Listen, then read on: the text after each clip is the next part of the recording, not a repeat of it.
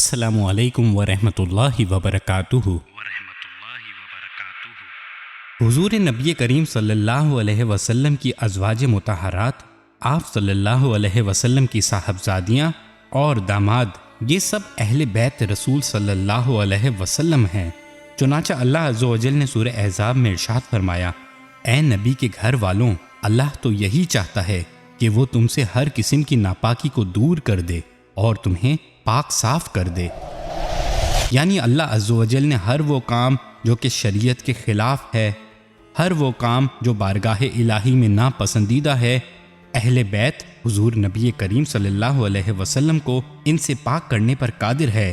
اور اس زمن میں حضور نبی کریم صلی اللہ علیہ وسلم کا فرمان عالی شان ہے، میں اور میرے اہل بیت گناہوں سے پاک ہیں۔ ام المومنین حضرت ام سلمہ رضی اللہ تعالی عنہا فرماتی ہیں کہ سورہ احزاب کی آیت میرے گھر میں نازل ہوئی تھی، اور جب یہ آیت نازل ہوئی میں اس وقت دروازے پر بیٹھی ہوئی تھی۔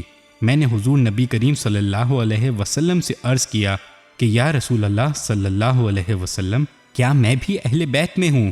حضور صلی اللہ علیہ وسلم نے فرمایا، میری ازواج اہل بیت ہیں۔ طبرانی کی ایک روایت میں آتا ہے کہ حضور نبی کریم صلی اللہ علیہ وسلم سے دریافت کیا گیا کہ آپ صلی اللہ علیہ وسلم کے قرابت دار کون ہیں؟ تو آپ صلی اللہ علیہ وسلم نے جواب دیا، علی، فاطمہ، حسن اور حسین رضی اللہ عنہم۔ روایت میں آتا ہے کہ حضور نبی کریم صلی اللہ علیہ وسلم نے حضرت سیدنا علی المرتضیٰ رضی اللہ تعالیٰ عنہ، حضرت سیدہ فاطمہ الزہرا رضی اللہ تعالیٰ عنہا، حضرت سیدنا امام حسن اور حضرت سیدنا امام حسین رضی اللہ تعالیٰ عنہم کو بلایا اور اللہ عز و جل کے حضور یوں گویا ہوئے، اے اللہ، یہ میرے اہل بیت ہیں۔ حضرت جابر بن عبداللہ رضی اللہ تعالیٰ عنہ سے روایت ہے کہ نبی کریم صلی اللہ علیہ وسلم نے حجۃ الوداع کے موقع پر فرمایا، میں تمہارے لیے دو چیزیں چھوڑے جا رہا ہوں، ایک اللہ کی کتاب اور دوسرا میرے اہل بیت۔ حضرت ابن عباس رضی اللہ تعالیٰ عنہ سے مروی ہے کہ حضور نبی کریم صلی اللہ علیہ وسلم نے فرمایا، اللہ عز و جل سے محبت کرو کہ وہ تمہیں تمام نعمتوں سے سرفراز فرماتا ہے، اور مجھ سے محبت اللہ عز و جل کی خاطر، جبکہ میرے اہل بیت سے محبت میرے سبب کرو۔ ایک اور موقع پر حضور نبی کریم صلی اللہ علیہ وسلم نے فرمایا، جو میرے اہل بیت کے ساتھ بغض رکھتا ہے وہ منافق ہے۔ نبی کریم صلی اللہ علیہ وسلم کا ارشاد گرامی ہے، روز محشر میں 4 آدمیوں کی سفارش کروں گا، اول وہ جو میرے اہل بیت سے محبت رکھے، دویم وہ جو ان کی ضروریات کو پورا کرنے والا ہو، سویم وہ جب میرے اہل بیت بحالت مجبوری اس کے پاس آئیں تو ان کے معاملات احسن طریقے سے نمٹائے، اور چہارم وہ جو دل و زبان سے ان کی محبت کا اقرار کرنے والا ہو۔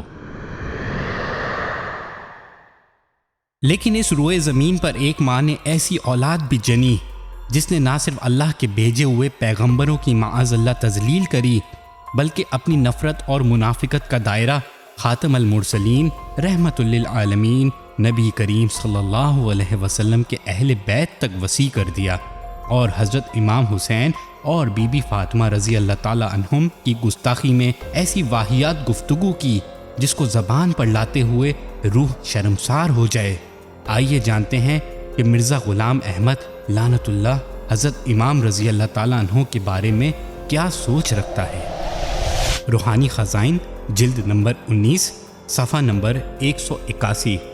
مرزا غلام احمد قادیانی کہتا ہے، اور مجھ میں اور تمہارے حسین میں بہت فرق ہے، کیونکہ مجھے تو ہر ایک وقت خدا کی تائید اور مدد مل رہی ہے، مگر حسین، بس تم دشت کربلا کو یاد کر لو، اب تک تم روتے ہو۔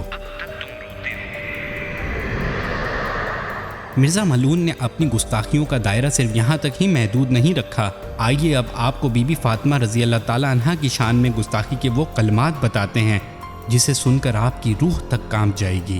مرزا ملعون لکھتا ہے، حضرت فاطمہ نے کشفی حالت میں اپنی ران پر میرا سر رکھا اور مجھے دکھایا کہ میں اس میں سے ہوں۔ ان تحریروں کو سننے کے بعد اب آپ خود ہی فیصلہ کیجئے کہ کیا ایسے فتنے کو پنپنے دینا چاہیے یا یہ پیغام دوسروں تک پہنچا کر آپ اس قار خیر کا حصہ بننا پسند کریں گے؟ فیصلہ آپ کے ہاتھ میں ہے۔ السلام علیکم ورحمۃ اللہ وبرکاتہ۔